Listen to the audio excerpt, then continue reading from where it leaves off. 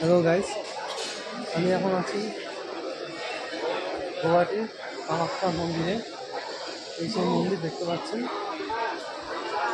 আমরা ভিতরে প্রবেশ করে এলাম। ভিতরে ফটো ভিডিওগ্রাফি বা ফটো বারণ, তাই ঠাকুরের ছবি দেখাতে পারছি না। এই মন্দিরটার চারিদিকে দেখাচ্ছি আপনাদের।